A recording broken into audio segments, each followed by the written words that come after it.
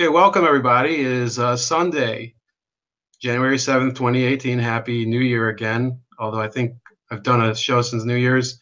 We're here with familiar guest Carlos Cordova. Say hi. Oh, hello. And fellow guest coming on a little later.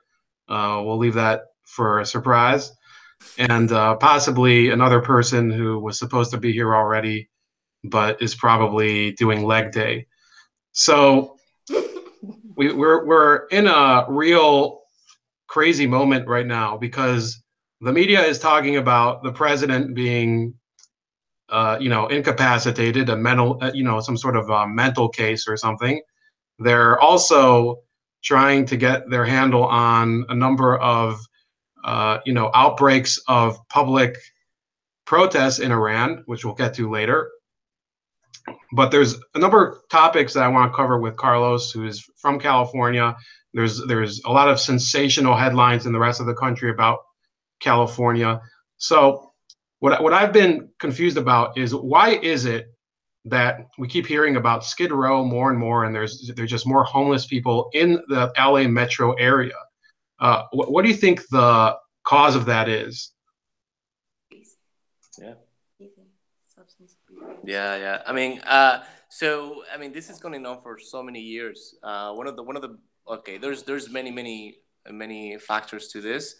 But being from here and being there myself, you can see a lot of substance abuse in there, a lot of crack going around.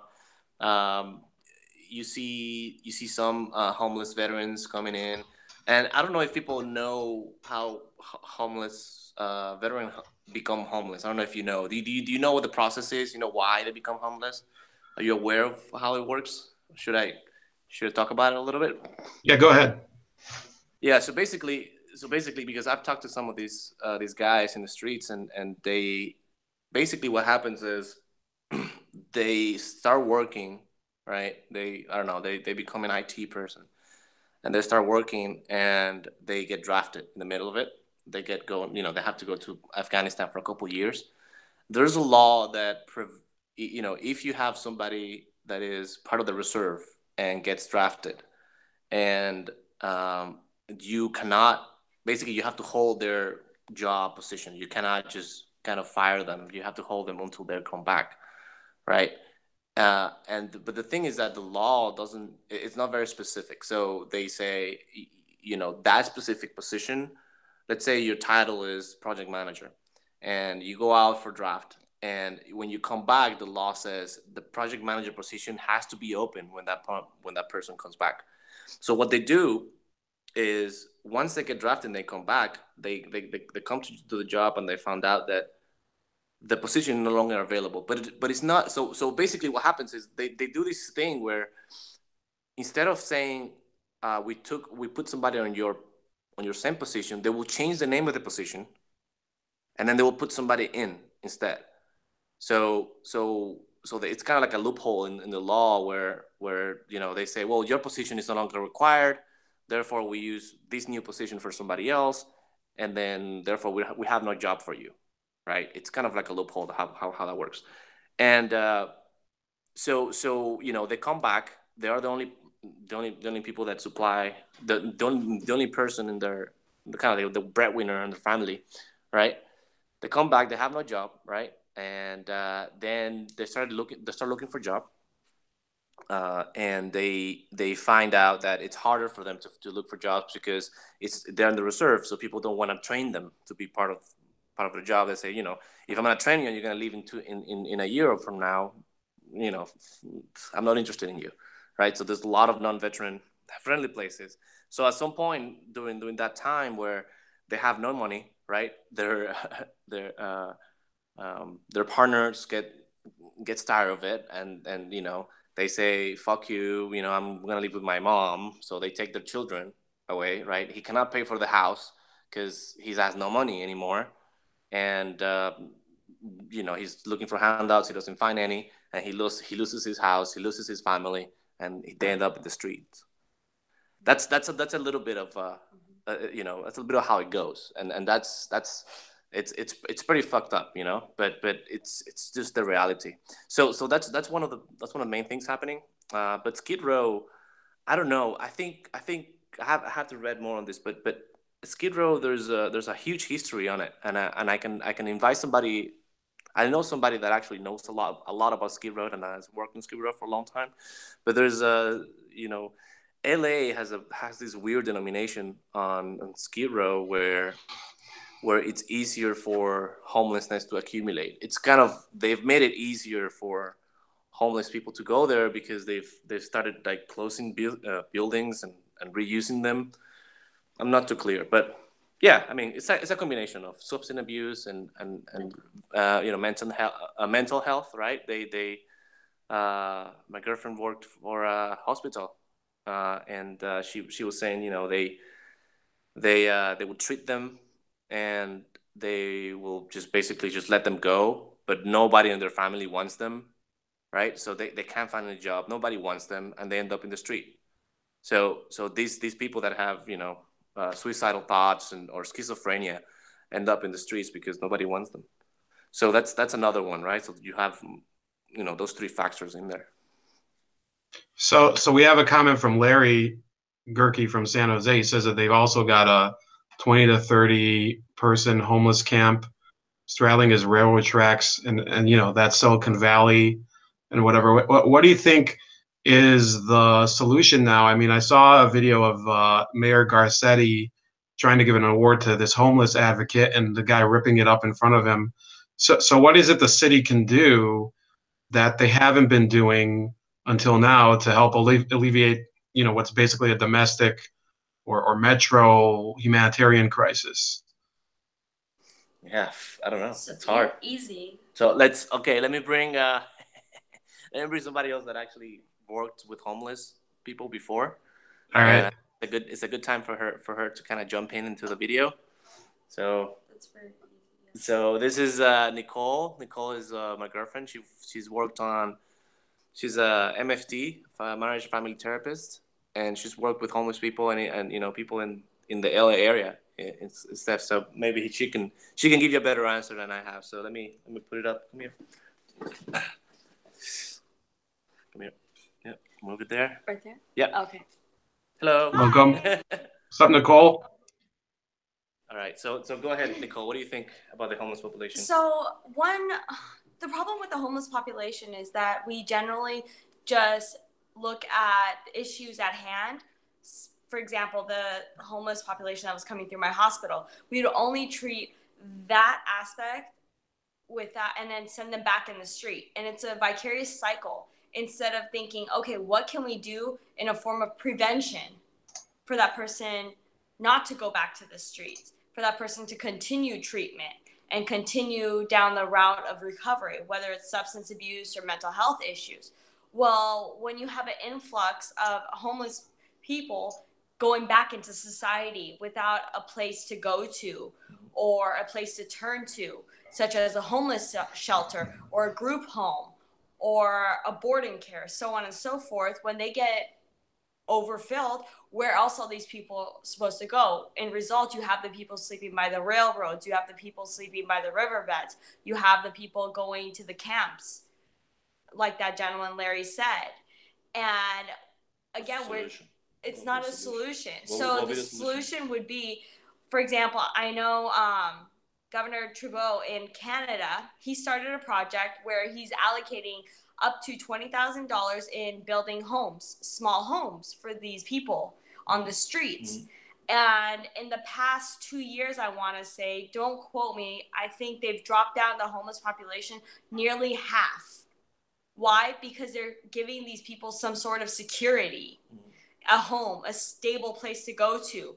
And it's allowing them to build their confidence to be able to go get that job, be able to take care of themselves, be able to do whatever it is that they need to do to get that step up in hand. Do they leave the house? I mean, do they get the house? Yeah, they get the house. It's theirs, and they don't have any bills.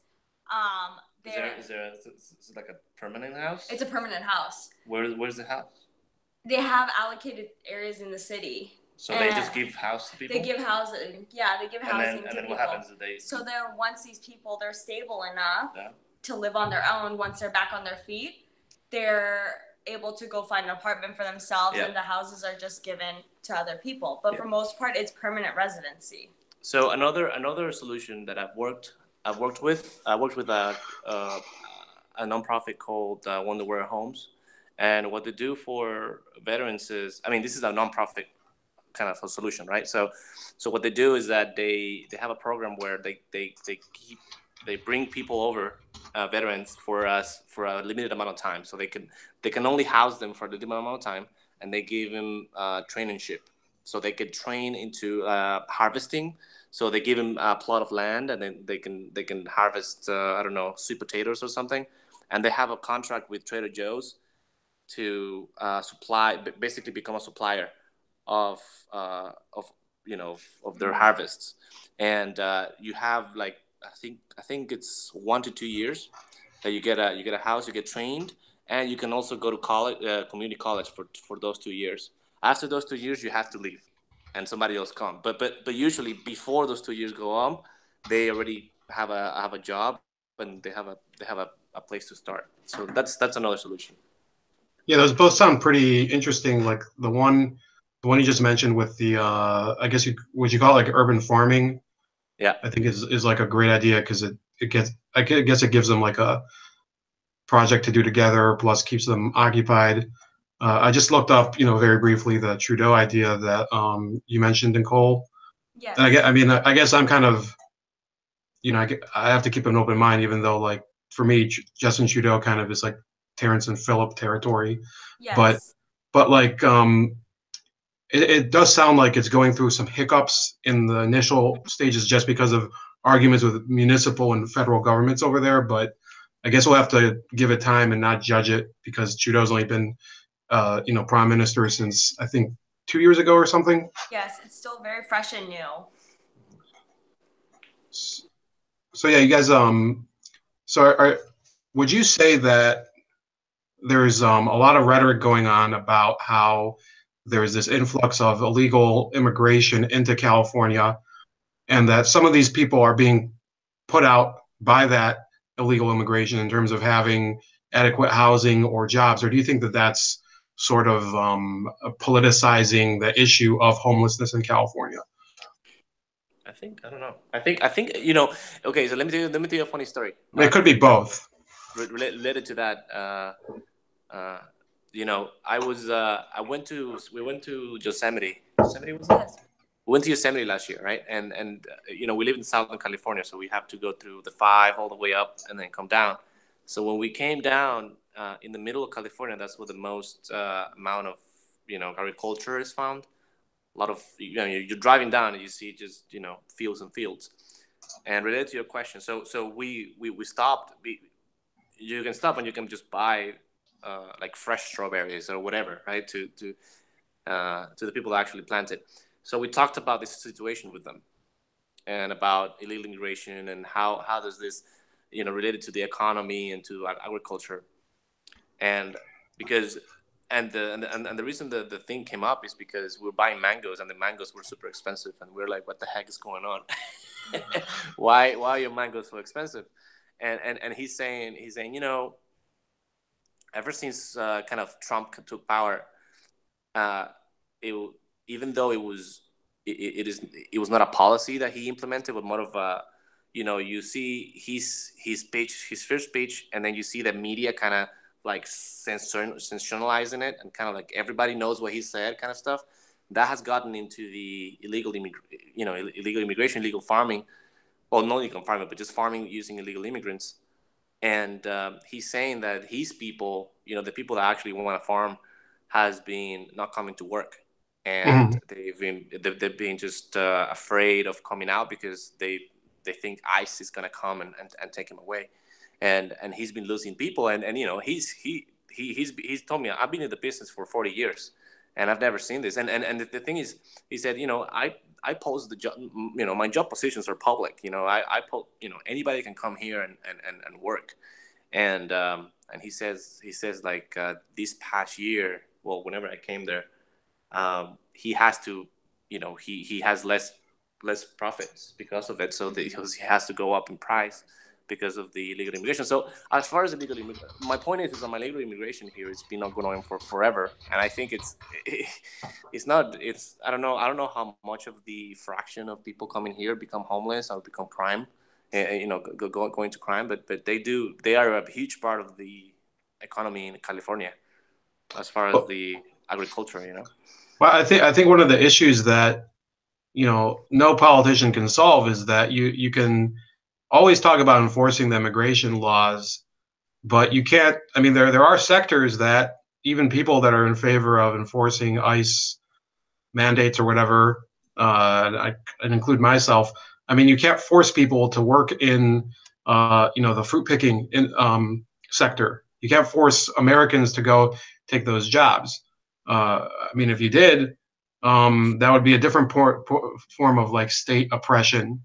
Yeah. So, you can yell about illegal immigrants and they took our jobs and whatever, like from South Park, but ultimately, I mean, there is a consumer price here that has to be addressed if Donald Trump wants to, I guess alleviate that issue. I mean, it might be he doesn't care because, maybe he buys his produce from, I don't know, Mexico or Guatemala or something.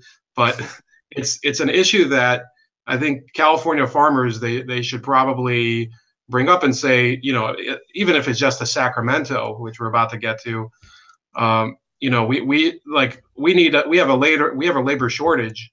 Why don't you at least send us people and try to get residents of California to come out, whether it has to do with the homeless or not. Yeah. So moving on, I have this story here from the Sacramento Bee. It says that the downside of the $15 minimum wage may be more automated jobs. Now, this is something I remember like a week after one of I think it was New York State bumped up their minimum wage. A number of restaurants like Carl's Jr., they automatically put in those kiosks. So, Carlos, I know you were active in the Bernie campaign. I don't know about Nicole, but what do you think is the response to that? How do you, if you're somebody who is in favor of increasing the minimum wage, what's your response to the automation alternative? Yeah, well, the only reason why there is a movement for increasing the minimum wage is because the market didn't do it for us. So that's kind of it's saying, hey, we're so productive. We're some more productive than ever. We should be getting paid more, and we're not, and it's kind of fucked up. So it's nobody's gonna come in and save us. So we're just gonna demand it. That's kind of. It's really a response to the market. So yeah, you're saying it's a reactive movement. Yeah, it's not a. Don't think of those. Don't. I don't want you to think of it as an entitlement thing, but more of a fucked up situation where you have the profits are highest than ever, and it doesn't trickle down to the people. So it's kind of saying, come on, don't be ridiculous. But okay, going back to automation, I think automation is going to happen no matter what. Yeah, I don't think that's any way you can stop it, whether we like it or not. Automation is going to happen. Yeah. And I know people get pissed off hearing that robot behind the phone or that robot taking the order. That's not something that we can stop. But the one thing that the corporations fail to realize that when you boost up the minimum wage, you're going to boost the economy. Why? Because cost of living is getting higher. Everything's getting higher. How do you expect these people to afford their living and then going out to spend, being a typical consumer? Yeah. There's a point. Well, he's saying that they had some. So the one that you're saying, everyone, they had some issues, right? After they bumped it up in New York, is that what you're saying? Well, it took literally a day or two, and then a number of these chains said that they were already ready to automate and they were going to get rid of a lot of positions. Yeah, they're not for it because they don't want to pay the benefits or pay that wage and whatever the case may be. This is where the case for personal responsibility I'm actually for. Where you say like, hey, that your job is probably replaceable. You should probably when this came up, I think last year was a lot more noise than this year. My response to that was that when I was a kid, which wasn't long ago, um, these minimum wage jobs weren't meant to be by any means a career or a sustainable Right. job or any, I mean, the jobs I had, I could barely get along going to high school or college with. I was able to get a little spending money, and what the misconception here is that I see a lot of people going out and doing this fight for 15 who seem to be in their 30s, 40s, and 50s. I go to the supermarket here. I see a lot of people still working in these cashier or other clerk jobs that are well past adulthood. And I think that if I can state my opinion, the whole reason that so many people are responding to the Trump economic plan is because he's trying to say, look, I don't want to talk about just wages. I want to talk about having industries here that produce goods that we can export and that we can innovate and that can make us competitive. And those tend to have more sustainable careers and jobs for people that are in the country. Now, does he say that very coherently? Not really, but some of the people that work for him, like Stephen Miller, for example, who got like into kind of I'd say like a cockfight with one of the CNN people today, Jake Tapper. They have stated it in front of the media that that's their plan. That it's not about the wage; it's about the sector. So what's your response to that, especially given California has kind of a little bit of capital flight according to the news? Would you say that that's an attitude maybe Governor Brown should explore? Yeah, you should explore. You should explore all solutions. But the point is the point about the minimum wage. Yeah, you're right. I mean, it shouldn't be a career thing. But then you ask yourself, okay, why are they there? I mean, are they there because they want to be there, or are they there because they probably can't afford, going to college and getting a degree and moving on? What's preventing them from moving on? That's kind of the question that I think we should ask ourselves. But yeah, I mean, it's going back to what you're saying. I think they should totally explore it, as well as saying what the heck is going on with the wages. Why is productivity going up and wages not staying stagnant? It's just kind of like, we're getting fucked. It's like are we either we bump up the minimum wage, or we create the conditions for the market to do it in a way. But I don't know how it would be done, because it hasn't happened. It hasn't happened in the past 40 years. So I don't know. And I want to say last year when I went to Chicago, actually there was a huge protest going on, and it was a combination of the teachers going on strike. It was a combination of the Fight for 15. It was a combination of the union workers fighting. And the more messed up thing about the whole situation was these teachers were being forced out of their jobs. Why? Because they didn't want to take the lower salary that these charter schools were going to pay them. Oh. And they were shutting down the public school sectors. And they were saying, okay, if you're old, you need to do an early retirement, because they want to get new people in to pay them less. Well, in the charter schools? Yeah, in the charter schools, yeah. And the newer teachers that were coming into the market.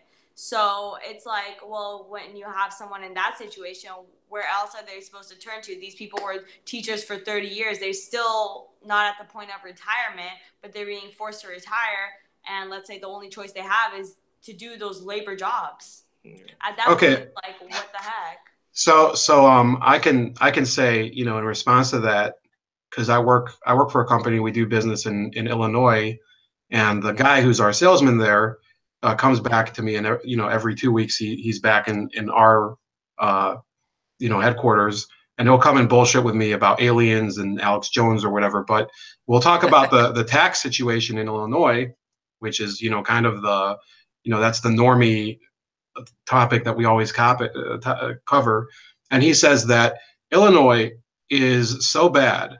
It's so bad that he has clients that are they're ready to close down there, because over there you have all these municipalities, different local governments. They all have their own taxes. You have, if you can believe it, mosquito containment zones that have their own taxes. You have of course, Mayor Rahm Emanuel and his administration, which is very, I would say, it's like a microcosm of the Clinton Yeah. model, where you give a lot of tax benefits to large corporations. I spoke with Soon Fei Yang last week. I don't think you've ever been on a live stream with him, but it's an issue here where I think that the teacher unions, they were complicit with this for decades. And they did not tell their teachers to plan for retirement or invest for retirement. And they've continually supported the raising of taxes in their municipalities. Meanwhile, the quality of education has gone down in Chicago. Yes. The people do want to send their kids, in many cases, to charter schools. Not going to say all charter schools are good, even though I'm a very pro school choice person. So they've sort of forced themselves over this cliff, and that I see that happening in your state. It's happening in my city. I live in a city that's very similar to that, and my response is that you don't have the choice to continually cave to the demands of these teachers, as tragic as you might think it is. It's unfortunately, the school exists for the student. It does not exist for the teacher. But what happens when the teachers are gone and there's not enough students that can afford the charter schools? Well, the charter school idea is that your district will provide you with a voucher that's commensurate to the sum of money to send you to a charter school. Now, I think that there are certain districts that they don't cover the entire cost, so you have a point there. Or for example, it's not only for charter schools. They'll give you a voucher, and if you want to send your kid to, a Catholic school, usually the Catholic school is a little higher than the charter school, so it's a little bit of a flexible model. But when you have continuous levies, tax levies like they have in my district, and now I'm a homeowner, so I'm going to be feeling it in the pocket all the time because they pass a levy all the time here. It causes homeowners to leave. It causes property values to dive. It actually causes businesses to leave. That's kind of the issue with what happened in Chicago. Now, because they're able to grease the wheels of all these banks and other large businesses like Mayor Emanuel is doing, they're able to, in some ways, keep it from going completely off the cliff. But it's not a sustainable model, in my opinion. Okay, and I can probably go into that pretty deeply, but we have a number of other things we want to go into. About this issue with the Islamic Republic of Iran. So I've talked with Carlos. I've talked with two other gentlemen, Gabriel and Juan Carlo, about Venezuela, a country that I find it fascinating. There's not a lot of positive reasons to call it fascinating at the moment because of the continual humanitarian crisis there. But one of the main allies of the administration there, the Maduro administration, is the Islamic Republic of Iran.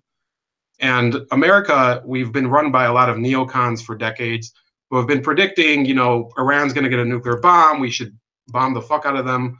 These idiots that they want to bomb everything that has, too many layers of clothing. So, what the hell are we supposed to interpret? I've seen different accounts saying that it's labor unrest. Some people saying that it's an issue of the religion. Some people saying that it's an issue of, commodity prices, eggs or whatever. How do you see it? You do have family there, correct? Yes, I do have currently my uncle, his wife, my grandma, and my two younger cousins there. Currently, my two younger cousins, 10 and 12, they are not going to school because of the protests and due to the pollution, I should say. They're not going to school, and most of the schools are shut down. Well, as far as the reasons behind the protest, it stems from a lot of different avenues, such as the inflation, as you mentioned, such as freedom and liberty, such as people are just straight up fed up with the nonsense of this religious dictatorship taking over the country that was once a democracy back in the early 70s when the Shah was in power. So now it's not so much like, okay, we don't believe in Islam. It's so much, why is it that we're listening to this one person tell us how to live, how to run, and we're so behind, so far behind in the world, to the point where our inflation is so high that we cannot afford to eat. We cannot afford to live. There are people there that have not been getting paid for the past 8 to 9 months, maybe even longer, leading into them trying to find different avenues of work. I was telling Carlos last night, actually, when I was listening to Audia. He's a talk show host. He comes on. He's pretty liberal. He's out here. He ran away during the revolution, and because he was working for the Shah, and they were gonna kill him.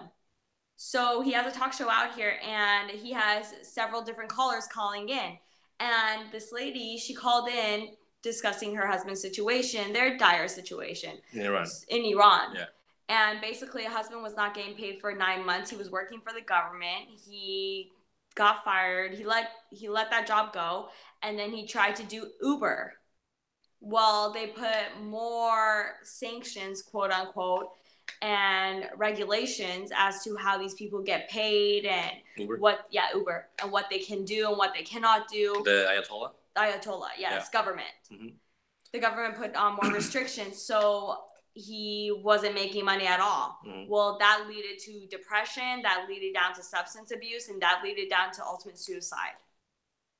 And we're seeing that happen more and more these days. And it's just like, how do you want these people suffering?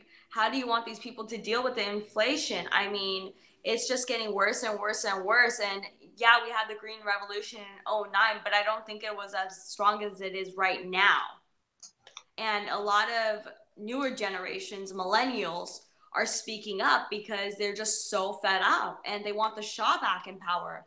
More specifically, his son back in power. Oh, really? to get things back to the way it was back before the revolution. But they won an election. They won an election, but right now the only person that's qualified, that's more of a progressive and more of a Democrat per se, would be the Shah's family, a member of the Shah's family, which would be his sons.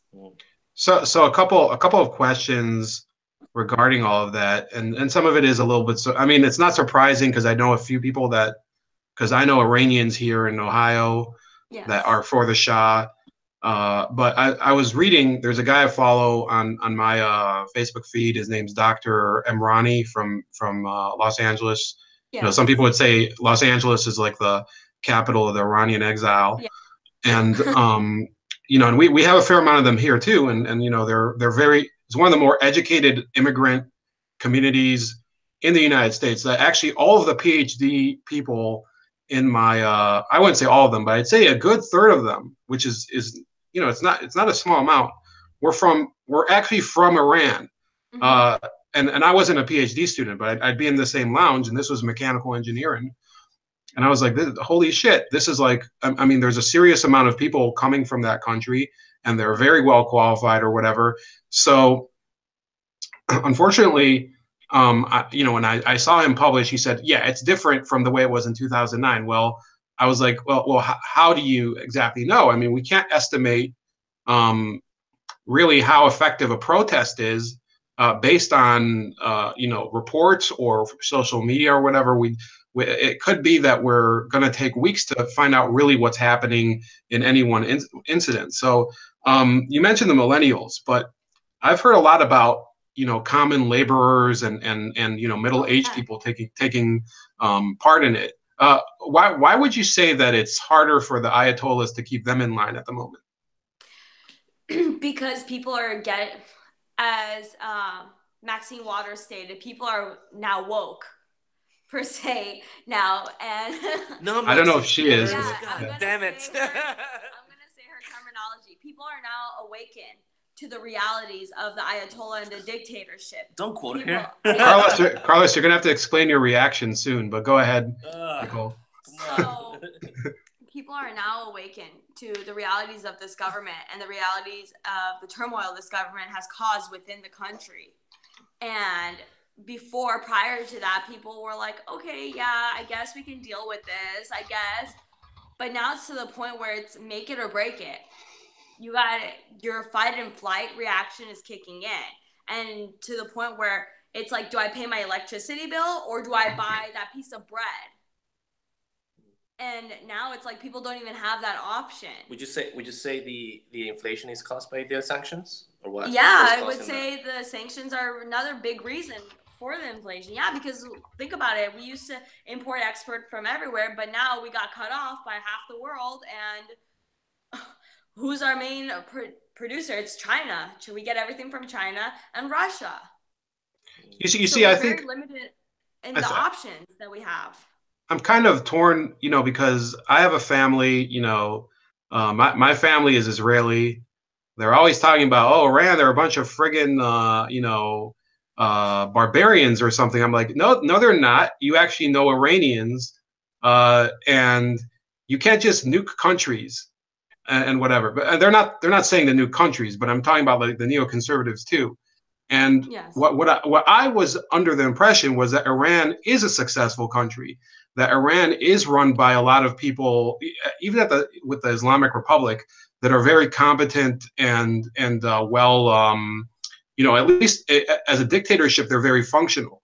And and I thought that included the economy, and I think this is kind of, maybe we're, I'm not sure exactly who to believe now, because there is this issue where it looks like their dirty laundry is out in the public now, and they're going to have to change something, and there's going to be an economic downturn if they do not change something. So I mean, let's put you in the place of some, and this is a very sharp hypothetical, because obviously you cannot be an Ayatollah, but if you were in charge of the Iranian government right now, how would you prevent some sort of violent upheaval, which is what people are now predicting? Yeah, I agree. No, it's going to go that way if something doesn't happen soon. Honestly, I would have to get rid of all the dictatorships, the aggressive laws, the aggressive regulations that are being placed in the country. And if my people, for example, in that situation, I would resort to an election like they were having in the Green Revolution. And I would request the people to pick your people, whether that's the Shah or whether it's other people that they believe in. I mean, I would leave it open to the people more than anything else, because honestly, I think that's what the people want. They just want their voices heard, and they want to have that ability to speak up, because a lot of people are oppressed right now and they can't speak their thoughts. I mean, if I call my family members in Iran, they can't say anything right now without being in danger or being at risk. And that's not just for them, that's for everybody. Even if you go out on the streets, you have... Well, they have this issue too, kind of in Bahrain, same thing. Yeah. That when you live in such a dictatorship or monarchy, if you're against them, or if you have a personal beef with them, you become subject to the Secret Service to take you in, and And they have spies just fuck with around, you, Yeah, and they have spies around shops, centers, plazas, wherever, listening to people conversate. And it's funny, my mom actually told me that when she went to Iran, that she was walking around and she noticed somebody that was undercover, and they were the religious police, and they were just low-key. They weren't following her. They were just trying to listen in on people's conversations. Oh, you can tell? Yeah, you could tell. You could tell who they are. Okay, so I have a question based on that, and you could answer as yourself, or you could speak for the other women from Iran. There's this controversy over we have in America this Linda Sarsour character, gets a lot of media attention, talks about the hijab as a feminist symbol, and some of these. Well, hold on. Okay, so don't like give your answer away yet, but in Iran, there are laws governing how women should dress in public, and do they still have the whole thing where you have to be accompanied by a male relative, or is that only Saudi Arabia? That's only Saudi Arabia. That's so how exactly? What's like the general opinion on that in Iran? Is it more towards some of these ladies that we see now throwing their hijabs off? Is it called a chador in Iran? I heard that word too. Yeah, chador. Oh, okay. So, is it more towards like those women that we see on the TV now, or is it more towards what Ms. Sarsour keeps talking about? It's more towards the women throwing their hijabs out in the middle of the streets, and it's getting to the point now women are all in agreement and unity that nobody will wear the hijab anymore in the public, and they don't want to be susceptible to the norms of the males or the monarchs or the patriarchal society, because it's not so much what they have to say. They don't want to be under control of a male. They don't want to be told what to wear and how to dress and where to go and what to do. The women now are a lot more educated. They're a lot more independent. And because they continue to grow and thrive, not just in their career, but their own life, and as well as in society, more so than they did 30 years ago, you have an uproar now of a lot of women, not just millennials, but even older women, putting out videos stating, do not wear your hijab. And surprisingly, they're making videos and announcements saying, do not wear your hijab, there's no need for it. And it's actually in surprise that there's not as many arrests as I thought there would be in Iran for those women not wearing their hijab in public. Yes, and I think that for Americans, it's kind of a shock reaction right now, because there's a lot of people in America that are, what could be considered quote unquote Islamophobic or whatever, but they don't understand that, Iran prior to 1979, it had a very successful film industry, I believe, successful literature. They did have Islamic culture as well, but it wasn't an overbearing type of culture that you're describing. So what was it that exactly triggered that type of dictatorship to take hold? Because it's not as common in the Shiite world as it is in the Sunni world, which is neighboring right next to Iran. Why would you say it was such a drastic change from the Shah to these clerics? I think people were tired of being in stagnation, and they wanted to see the economy grow and their power as a whole country grow, and they weren't getting it at that time. Also, I would say another reason would be media and propaganda being another big part as to why that uproar happened back during the 70s, late 70s, into the Iranian hostage situation. It's a combination of a lot of things, but now people are realizing what a mistake we've done. And it's actually funny, one of the chants that a lot of the protesters are saying that we're sorry, Shah, we're sorry, we made a mistake. And that if we don't have the Shah, that we don't have any bookkeeping skills, we don't have our finances in place. So it's amazing. And it's amazing how you see everybody in unity. And I think it goes back to, that's one big difference I've noticed between this protest and that protest. Not everyone was in unity. And this time around, everybody is, the whole country is.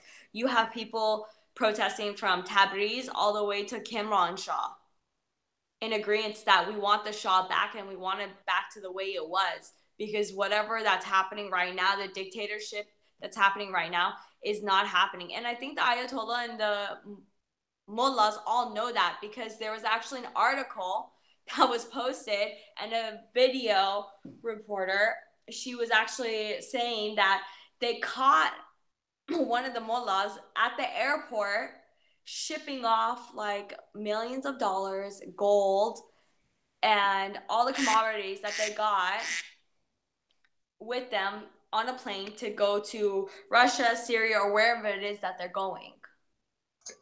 Yeah, that was one of the issues that it didn't really pertain to Iran at the time directly, but a couple weeks ago there was the revelation that President Obama had allowed cocaine trafficking to occur in the United States by the Hezbollah organization in order to facilitate an Iran nuclear deal.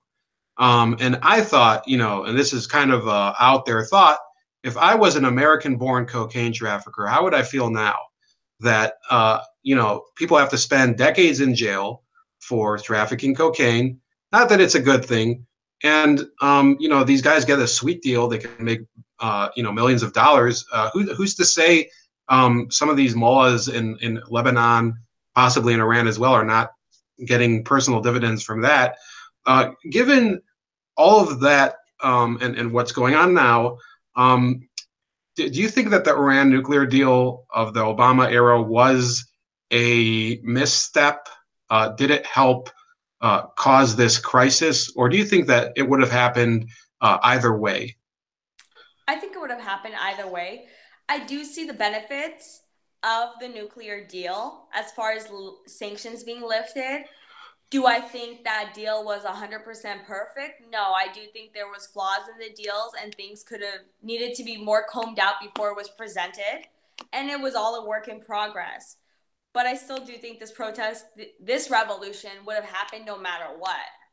Because there was a lot of turmoil building up to the point where the toman kept on going up in price, the inflation kept on increasing. Yes, people were not able to get employment regardless, or not get paid like they needed to.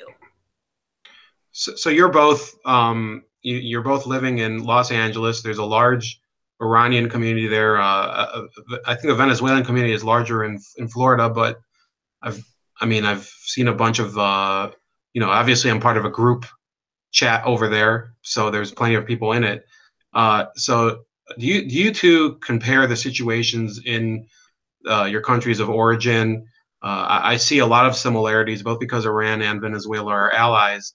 What do you think are like the big differences or commonalities between those two? I mean, you can go, whoever wants to go first, Well, I don't know. I mean, we didn't have a CIA coup ready yet in the 50s, or nobody installed a government that I know of. I know the U.S. had their hand in the coup in 2002, but it's a very different situation. But yeah, I don't think what led to the Ayatollah, the road to Ayatollah was very different. I think so from the road to Chavez. I think the road to Chavez was kind of it was made by us. It was you can trace it by the decisions of the Venezuelans from the beginning, but there was a lot more going on in Iran, I feel like, from the 50s on. So that's what I think. And Carlos, I agree with Carlos's points. But in a certain extent, I do believe the people are fighting for the same things, as far as their freedom, their liberty, their civil rights, the inflation, and just survival. Plain and simple, just survival. Do I think Iran will get to the point of where Venezuela is? If something doesn't happen soon, yeah, it could turn into that. But hopefully, crossing our fingers, something will happen soon, which I do believe something will happen soon, to prevent it from going to the shithole, basically. Yeah, I think one of the things that confused me was when Chavez, formed like a strategic alliance with Iran. It seemed a little more logical when he was, talking to China, perhaps Russia or whatever, because you could see some sort of nexus between his left-wing socialist philosophy and maybe something over there. But I'm starting to think that a lot of it was because these are two regimes that they're good at laundering money. They're good at creating police states, parallel governments, which is exactly what Mr. Maduro is doing right now in Venezuela, which has been the norm in Iran since 1979 with the IRGC, which is a parallel army or whatever. And that's why, I want to ask either of you, do you see hope in these, these uprisings in your home countries? Which one do you think provides more of a sign that there could be some change for the better?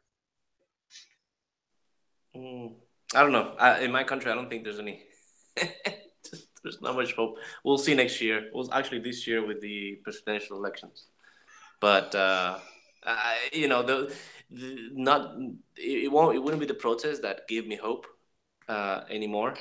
It will be more of a the next leader that comes up, and I think what's gonna end up happening in Venezuela is that it's not gonna be coming from the opposition. It's gonna be coming. We see this guy. I don't know if you heard the CEO of one of the major food producers in the country. I think if he runs, I think we might get started. We might see a change because it's not part of the opposition, which is crap, and it's not part of of the uh, the socialist government, which is social crap. So that's what will give me hope. Not the because we've been protesting for 10 years, and nothing really happens after that. I do have hope for both countries because if we don't have hope, then what the hell do we have left to hold on to? Well, you have Michelle Obama. She said we don't have hope because we're my husband gave us hope, and therefore now that he's gone, we know what not having hope is. But continue.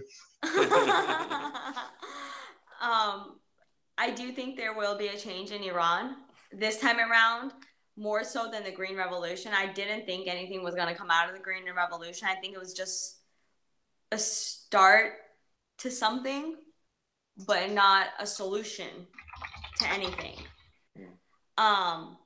If, like I said, if things don't happen within maybe the next month and a half, it's going to get bad and it's going to get worse and it's going to get violent.